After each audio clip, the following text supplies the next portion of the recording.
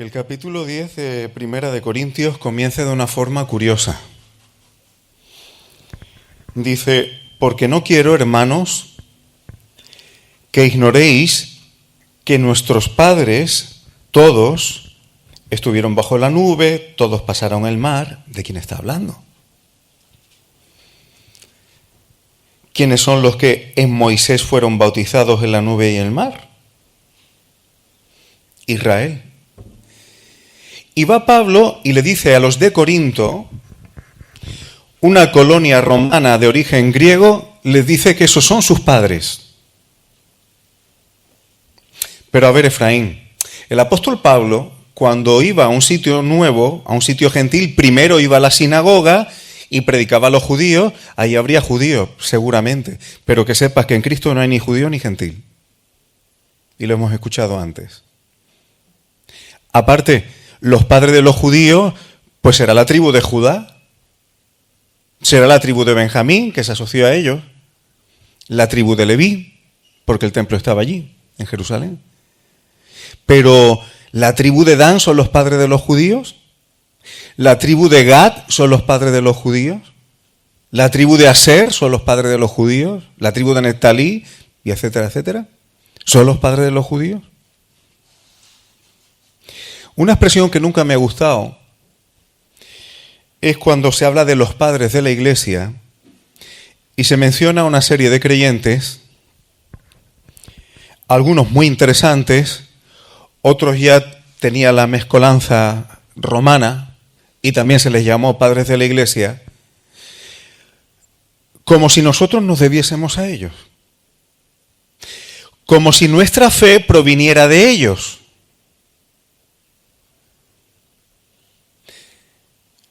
A veces se habla de, aunque no se mencionen nuestros padres, pero parece que nuestro origen o el origen de nuestra fe proviene de determinados movimientos, de determinados reformadores. Y hermano, los creyentes a lo largo de la historia de la humanidad que Dios ha utilizado han aportado, pero no son nuestros padres. Y creo que es un error porque limita muchísimo nuestra identidad. Nosotros somos herederos de una fe mucho más antigua que la Reforma luterana, que también tenía sus cositas, aunque no es el tema. Nosotros somos herederos de una fe mucho más antigua que San Juan Crisóstomo. Nosotros somos herederos de la fe de Abraham. Y nuestra fe no está desligada de esa fe antigua, porque precisamente la simiente de Abraham, en la cual serían benditas todas las naciones de la tierra, es el Señor Jesucristo. Y esto para mí es importante, hermanos, porque si no, la identidad que asumimos o que asumen nuestros jóvenes es una identidad de movimiento institucional, religiosa, pero somos herederos de una fe antigua y tan importante que es una fe de padres a los cuales Dios les hizo promesas incluso sin condiciones. Y yo te pregunto, ¿a qué movimiento religioso, a qué movimiento, incluso bueno y positivo, Dios le hizo promesas sin condiciones al margen de las promesas que le hizo a Abraham? ¿Qué religión, qué denominación, qué reformador, qué erudito, qué teólogo Dios le hizo promesas incondicionales que fueran a bendecir a la humanidad entera? Y nos desligamos de la fe antigua, de la que tiene un recorrido, de la que tiene una identidad a lo largo de la historia, para apuntarnos a qué, hermanos. Dice el apóstol Pablo que nuestros padres, y fijaos que no va a hablar del todo bien de ellos, dice que todos comieron el mismo alimento espiritual, todos bebieron la misma bebida espiritual. Vamos, Efraín, ¿el Espíritu Santo no vino en Hechos 2? Pues ahí había alimento espiritual y bebida espiritual. No me voy a meter mucho en esto, pero simplemente diré que el mismo apóstol Pablo en Romanos 7, no recuerdo el versículo, creo que 14, dice que la ley es santa, justa y buena, y también dice que la ley es espiritual. Pero a nosotros se nos sigue metiendo en la cabeza que algo espiritual es humo, nubes. Las cosas son espirituales cuando Dios las da y son para edificación, para bendición, para que nos vaya bien. Cuando las cosas vienen de Dios. Y dice que ellos bebían de la roca espiritual que los seguía. Y dice que la roca era Cristo. ¿Te has planteado que Cristo estaba con Israel allí? ¿Te has planteado que Cristo antes de encarnarse ya estaba con Israel? ¿O es que el apóstol Pablo está dando aquí retórica poética, pero que no es verdad? Todos bebieron de la misma roca espiritual y Cristo antes de encarnarse ya estaba allí. Todos estos habían participado de la Pascua y habían sido liberados de Egipto. Todos estos fueron protegidos por la nube, guiados por ella. Todos estos pasaron el mar. Todos estos conocieron de cerca al Señor, conocieron su voluntad. Todos estos conocieron un pacto especial que Dios hizo con ellos. Dios los protegió, Dios les dio de comer, Dios les dio de beber y Cristo estaba con ellos. Recordad que el Cordero de Dios fue preparado antes de la fundación del mundo. Hay un pasaje en Éxodo 23 que me encanta. 20 y 21. Dice, he aquí yo envío mi ángel delante de ti para que te guarde en el camino y te introduzca en el lugar que yo he preparado. Esto me encanta, porque como hemos visto en Números 26 y 27, ¿quién va a suceder a Moisés? Josué. Y Josué, humanamente, mete a Israel en la tierra prometida, vale. Pero ¿quién iba a guardar a Israel en el camino y a introducirlo realmente en la tierra? El ángel, este ángel. Y cuando digo este ángel no me refiero a un ángel normal, ni a lo que tenemos como un ángel. ¿Quién es este mensajero que iba delante de Israel y que los iba a introducir? Y dice, guárdate delante de él y oye su voz, no le seas rebelde. ¿De quién está hablando aquí? Porque él no perdonará vuestra rebelión. Ah. Este ángel del Señor no perdonará la rebelión, pero ¿no es Dios el que perdona o no perdona? Los judíos lo sabían. Y le dijeron a Jesús, solo Dios puede perdonar pecado. Y dice que dice, no le seas rebelde, porque Él no perdonará vuestra rebelión. Y dice Yahvé, porque mi nombre está en Él. ¿Quién es este? ¿Quién es este? El Señor Jesucristo antes de encarnarse, porque ya estaba allí. El Señor Jesús ya ejecutaba los planes del Padre, la obra del Padre, antes de encarnarse. Y ahora viene el versículo 5, hermanos, y aquí viene el quid de la cuestión, las cosas prácticas para nosotros. Pero de los más de ellos no se agradó Dios, por lo cual quedaron postrados en el desierto. Hemos hablado de esto antes en el compartir. Ahora, dice el versículo 6, estas cosas sucedieron como un ejemplo para nosotros. Entonces vamos a ver qué podemos aprender de esto. Todos participaron de la Pascua. Todos salieron de Egipto.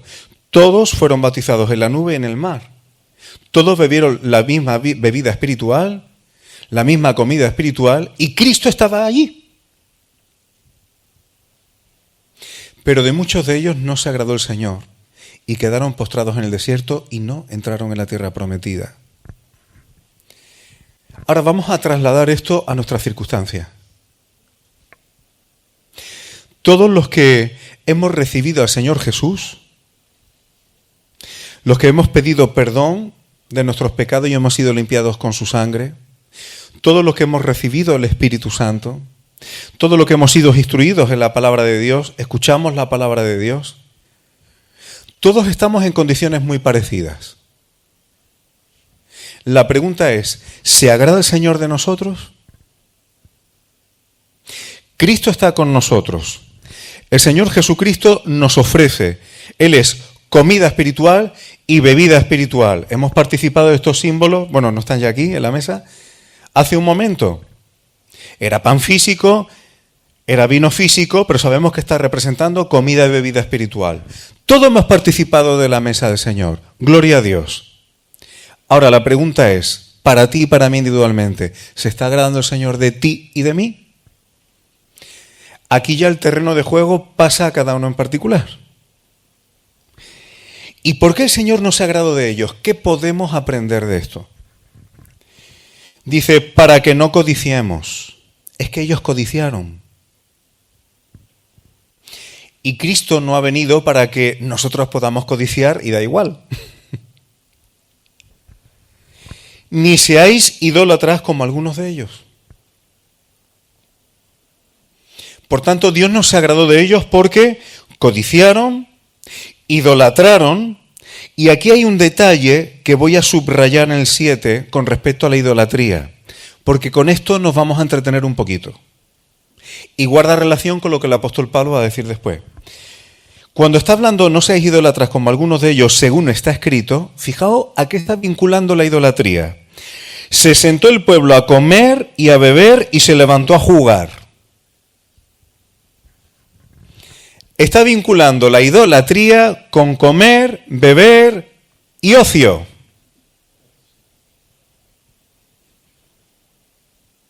Luego hablaremos de esto.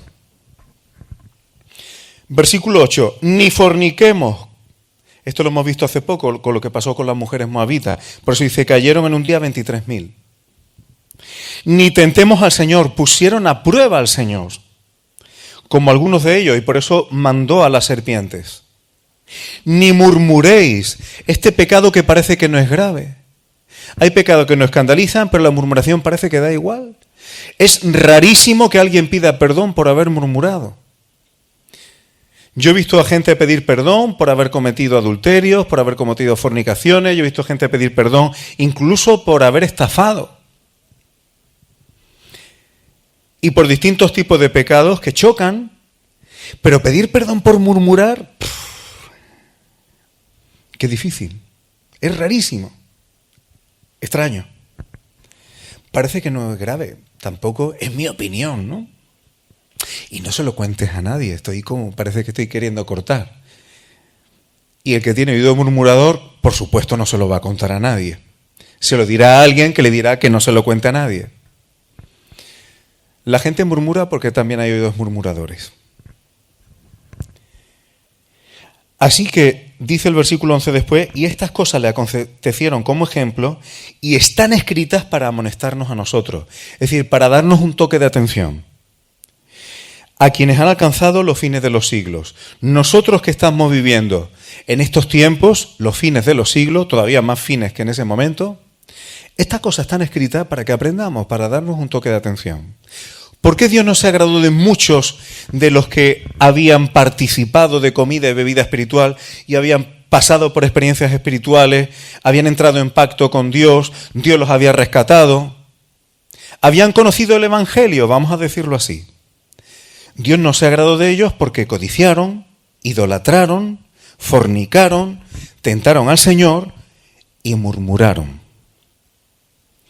Y en este contexto, el apóstol Pablo le dice a creyentes lo siguiente, versículo 12, y esto es para ti y para mí individualmente. Así que los que piensen, no dice eso,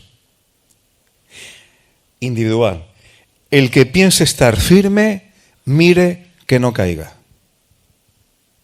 En este capítulo, el apóstol Pablo está dando un toque de atención para que los que somos creyentes y hemos participado de las bondades del Evangelio, no codiciemos, no forniquemos, no murmuremos, no seamos idólatras, no tentemos al Señor.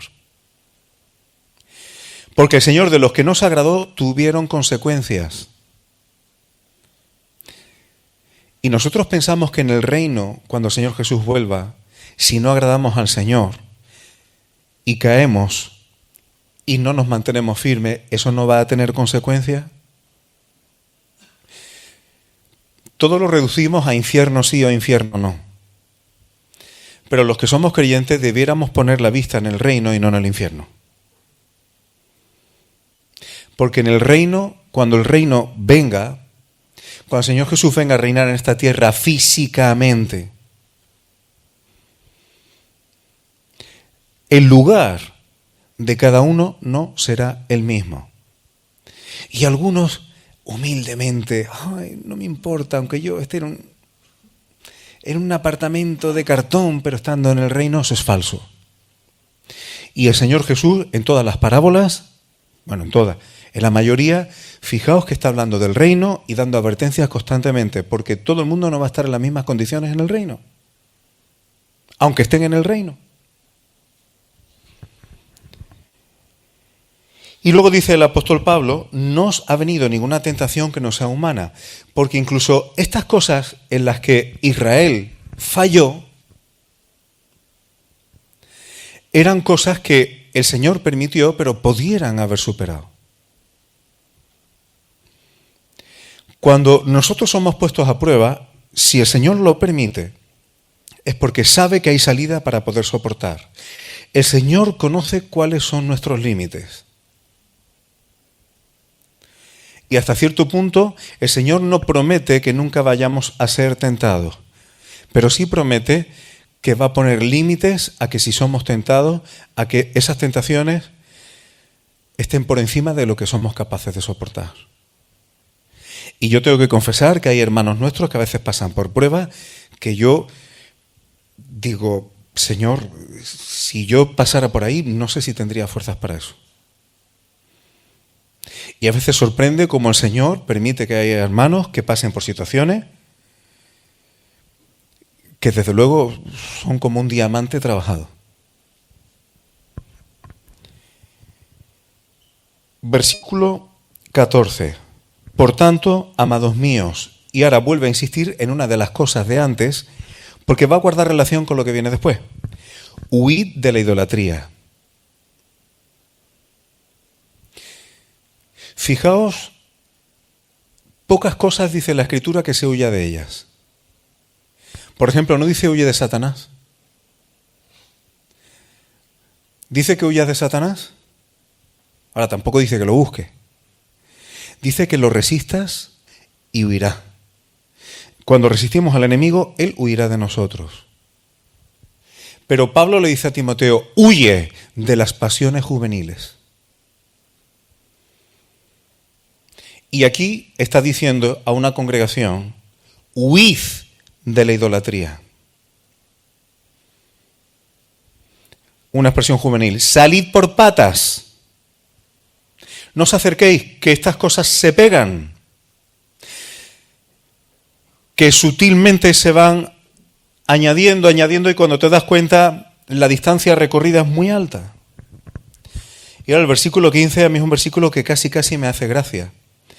Porque dice el apóstol Pablo, como a sensatos os hablo. ¿Será irónico? Porque les ha dicho a los corintios, sois niños en Cristo, sois carnales, tenéis entre vosotros divisiones, esto, lo otro, jactancia. Para mí casi es un poco de ironía. Está diciendo, os voy a hablar como si fuerais personas centradas. Os voy a hablar como si fuerais personas centradas. ¿Cómo valoráis este tema? Y ahora viene algo que guarda relación con el capítulo 8. En el capítulo 8 se toca un tema que aquí se va a volver a tocar. Y tiene que ver con los animales sacrificados a ídolos. Y tiene que ver con eso porque de ahí venía carne a las carnicerías donde comían. Y a mí me gusta, hermanos, que nos demos cuenta, y lo hemos dicho otras veces, el apóstol Pablo cuando escribe una carta está escribiendo en unas circunstancias concretas. Es muy peligroso coger cuando el apóstol Pablo está hablando de un tema y nosotros extrapolarlo a algo de lo que el apóstol Pablo no está hablando. Porque es que si no terminamos poniendo bases pseudobíblicas para edificar sobre ellas que a lo mejor no son reales y no era la intención del apóstol Pablo. Como ahora veremos. Porque no se debía comer algo que había sido sacrificado a ídolos, porque eso tiene un problema. Y a mí me encanta como el apóstol Pablo lo va a decir.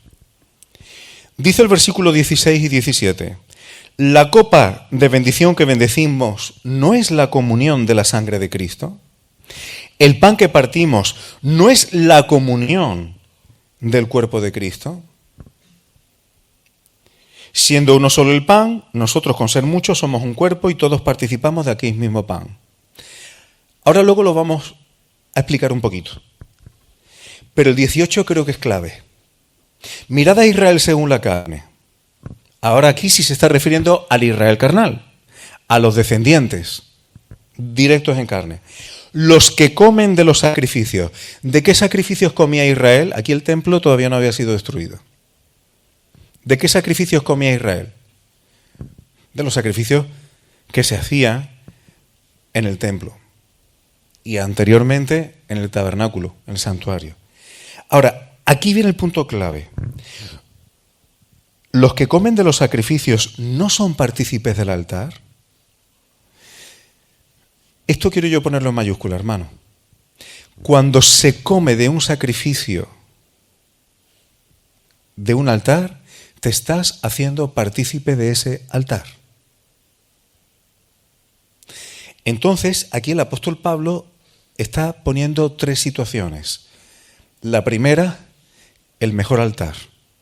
El Señor Jesucristo fue crucificado, el único sacrificio válido que puede limpiar las conciencias, que puede reconciliarnos con el Padre y que nos da acceso a todas las promesas que si dependieran de nosotros quedarían anuladas, por supuesto.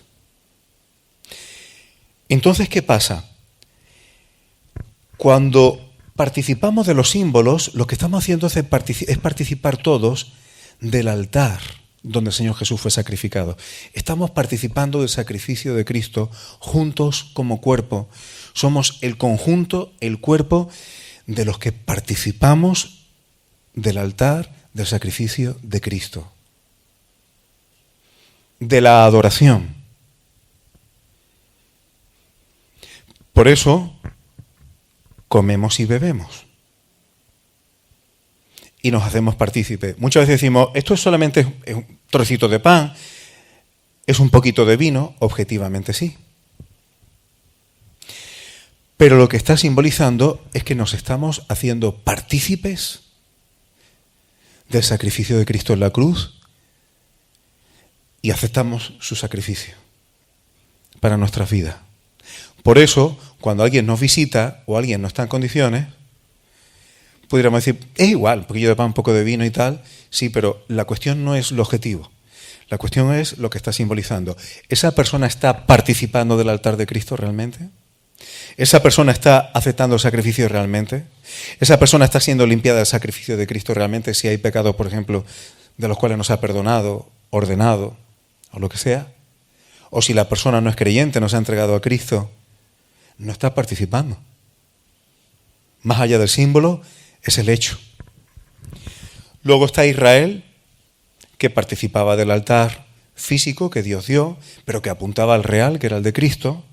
Y luego tenemos lo sacrificado a ídolos. ¿Qué pasa con el que come de lo sacrificado a ídolos? Pues que se está haciendo partícipe de ese altar. El que come de lo sacrificado a ídolos sabiéndolo, está haciéndose partícipe de eso. Y dice, antes digo que lo que los gentiles sacrifican, a los demonios lo sacrifican. Aquí el tema es serio. Porque a lo mejor el ídolo es una figura, es un muñeco, es yo qué sé. Hay tantas historietas de este tipo. El problema es que detrás de esas cosas hay demonios. Esto lo dice Deuteronomio también. Detrás de esas cosas hay demonios. ¿Y quién quiere hacerse partícipe de un altar a los demonios? Por eso el apóstol Pablo dice, no podéis beber la copa del Señor y la copa de los demonios. O te haces partícipe de un altar o de otro, pero no lo mezcles. ¿Por qué? Porque estás provocando a celos al Señor. ¿Acaso son más fuertes que Él? Hermano, yo creo que el tema es serio, y ahora vuelvo. Disculpad que vaya un poquito despacio y explicando esto, porque creo que no tiene desperdicio. Y siendo epístola del apóstol Pablo, en un misterio a los gentiles, no sé cuántas veces se explican estas cosas. Porque a través del banqueteo, a través de la fiesta, a través del ocio, es muy fácil hacerse partícipe de altares que no son el Señor. Facilísimo. Yo conozco creyentes que han participado de banquetes y de fiestas donde el motivo de ese banquete y de esa fiesta era una unión contra natura que Dios no reconoce.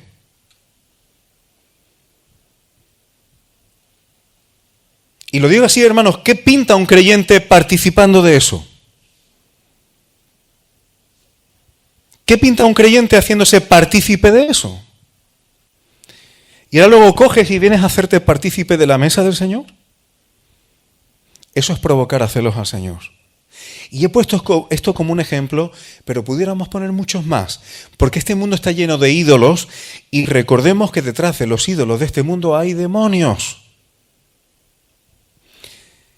Y si os fijáis, el apóstol Pablo dice, la copa del Señor no es la copa que bendecimos, es una copa de bendición, pero las copas de los demonios son copas de maldiciones.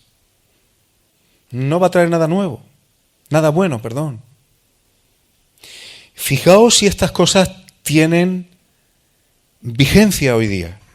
Hay una iglesia en Apocalipsis, la iglesia de Tiatira, donde el Señor dice, y fíjate, es una iglesia, el versículo 19, 2:19 de Apocalipsis, es una iglesia que tiene obras, que tiene amor, que tiene fe y servicio, lo tiene todo, tiene el Evangelio, y además es paciente. Eso es un fruto del Espíritu Santo. Y sus obras postreras son mejores que las primeras. Dice, pero tengo unas pocas cosas contra ti. ¿Qué es lo que el Señor tiene en contra de esta iglesia? Que toleras que esa mujer Jezabel, obviamente no está hablando de una mujer física concreta, sino está hablando de un sistema que se cuela, que se dice profetiza, una teología de parte de Dios, enseñe, es decir, tiene su propio magisterio, y seduzca a mis siervos. O sea, lo que predica es seducir a los siervos de Dios, ¿a qué? A fornicar y a comer cosas sacrificadas a los ídolos. Esto es iglesia Tiatira. Y ahora, ¿cuáles son las consecuencias de estas cosas, hermanos? Sea espiritualmente o sea literalmente. Le he dado tiempo para que se arrepienta, pero no quiere arrepentirse de su fornicación. He aquí yo le arrojo en cama y en gran tribulación. Va a sufrir problemas. A los que con ella adulteran, con Jezabel, si no se arrepienten de las obras de ella. Y lo que es peor, y esto guarda relación con lo que he compartido antes en el impas de la reunión. Y a sus hijos heriré de muerte. Los hijos de Tiatira estaban en una iglesia que tenía amor, paciencia, obras, tenía cosas buenas.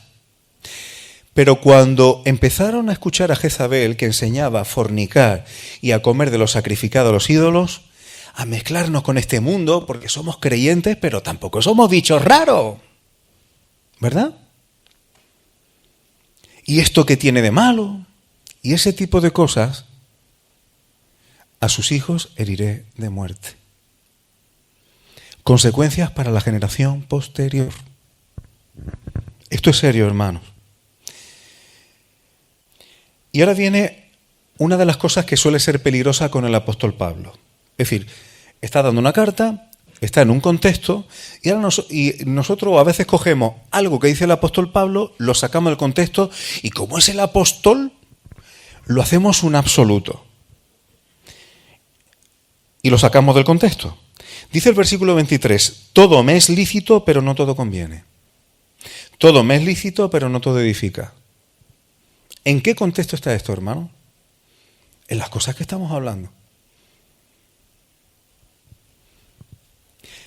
Comer no es un problema. Beber en sí no es un problema. Pero mezclar eso con altares o que las personas piensen que nosotros estamos pasando por esos altares sí puede ser un problema y puede estar limitando.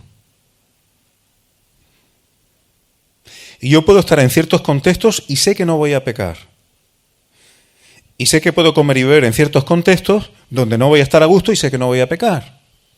Pero si va a hacer que los que están alrededor mía piensen que yo formo parte de todo aquello, pues igual no es conveniente que yo esté allí. Ahora, si yo cojo esto como un absoluto, pasa como me ha pasado. A veces he corregido trabajos de alumnos, de congregaciones, donde decían, cogiendo este texto de Pablo, estoy hablando ahora mismo de un caso real, que la fornicación es lícita, pero que no es conveniente. Porque claro, el apóstol Pablo dice que todo es lícito. ¿Veis el problema de hacer un absoluto extrayendo algo del apóstol Pablo?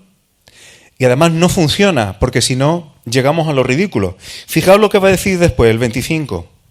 De todo lo que se vende en la carnicería, comed. Venga, aquí tienes otro absoluto.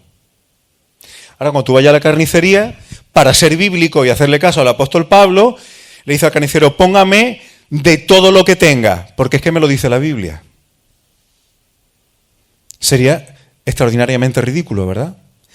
¿Y por qué ahí es ridículo y 2 versículos antes no? Tan ridículo una cosa como otra. Mucho cuidado, hermanos, con extraer cosas del apóstol Pablo, hacerlo un absoluto o hacerlo hablar de lo que no está hablando. Versículo 24. Ninguno busque su propio bien, sino el del otro. Es decir, hacer las cosas para edificación. Y en este contexto dice, todo lo que se vende en la carnicería, comed. En la carnicería habría cosas que habrían sido sacrificadas a ídolos, pues no sabemos. Pero si es alimento, lo comemos. Entonces no voy a preguntar, ¿eso ha sido sacrificado a ídolos o no? No, se come. Dios autorizó a que se comiera y punto. Ahora, si un incrédulo te invita, versículo 27, ya estoy cogiendo el final, y quieres comer con el incrédulo, dice, de todo lo que os ponga delante, comed. Volvemos a lo mismo. Hay que ver de qué está hablando el apóstol Pablo. Estamos hablando de lo sacrificado a ídolos. Aquí no se trata de si un incrédulo te pone pan con queso, comes pan con queso. Pero si te pone pan con pimiento, comes pan con pimiento. No está hablando de eso. No está hablando de eso. Está hablando de lo sacrificado a ídolos. Y te lo va a decir después. Sin preguntar nada por motivos de conciencia. Y si te dice, esto fue sacrificado a los ídolos, no lo comas. Por causa suya. Y por su conciencia. Porque si es algo que el Señor creó para que tú comas, no pasa absolutamente nada. Y en tu corazón no estará la idolatría. Pero, si ese es el motivo suyo, mucho cuidado porque va a pensar que tú estás participando de su altar. Vas a estar mezclando una cosa con otra. No le va a edificar a esa persona. Y si es un creyente, además que tuviera un bagaje antiguo de idolatría, si yo con mi libertad hago eso, puedo ser un tropiezo. Creo que se ha hablado aquí otras veces. Yo tomo muy poco alcohol.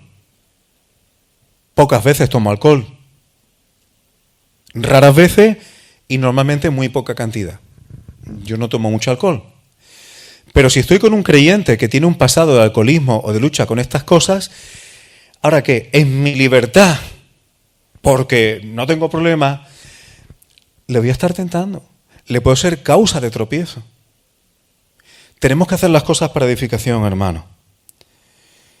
Así que dice, si pues coméis o bebéis o hacéis cualquier cosa, hacedlo todo para la gloria de Dios. ¿Y cómo se hace para la gloria de Dios? Según su palabra y para edificación. No seáis tropiezo ni a judíos, ni a gentiles, ni a la iglesia de Dios. Procuramos ser de edificación. Y ya termina. Como también yo en todas las cosas agrado a todos. ¿Esto es un absoluto? Es decir, ¿el apóstol Pablo es un sí señor a todo? Todo lo que digan para agradar a la gente digo que sí. ¿Eso es lo que está diciendo el apóstol Pablo aquí? No. Lo que el apóstol Pablo hace las cosas es no buscando su propio beneficio. El apóstol Pablo no era egoísta, sino el de muchos para que sean salvos. En los seminarios de orientación al matrimonio, una de las cosas que Eva y yo solemos decir es que el matrimonio no es para egoístas. Pero el Evangelio tampoco. El Evangelio no es para egoístas. La edificación de la iglesia no es para egoístas. En la congregación no estamos para que los demás me edifiquen, aunque me edifiquen. Estamos para edificar. Y simplemente el cambio de perspectiva te hace más fructífero y al mismo tiempo también uno será edificado.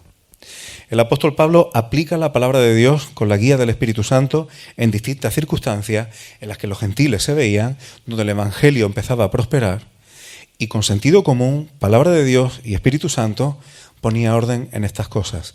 No hagamos decir al apóstol Pablo lo que no dice, pero las cosas que dice y cómo las explica, tengámoslas en cuenta porque son de mucho provecho, hermanos, y muy adaptables a muchas cosas del contexto de hoy. Como llevo 36 minutos hablando, voy a parar. Pero el tema de cuidado con la ociosidad, cuidado con los banqueteos, porque nos podemos ver involucrados en circunstancias y en situaciones que con esa excusa no obra la justicia de Dios, o se nos puede tomar por lo que no somos. O podemos estar participando de demonios porque los demás participan de eso. Quiera, Señor, darnos discernimiento de esto. No es ninguna tontería, hermano, no es legalismo. Es buscar edificación y una limpieza y una pureza de corazón. Somos del Señor.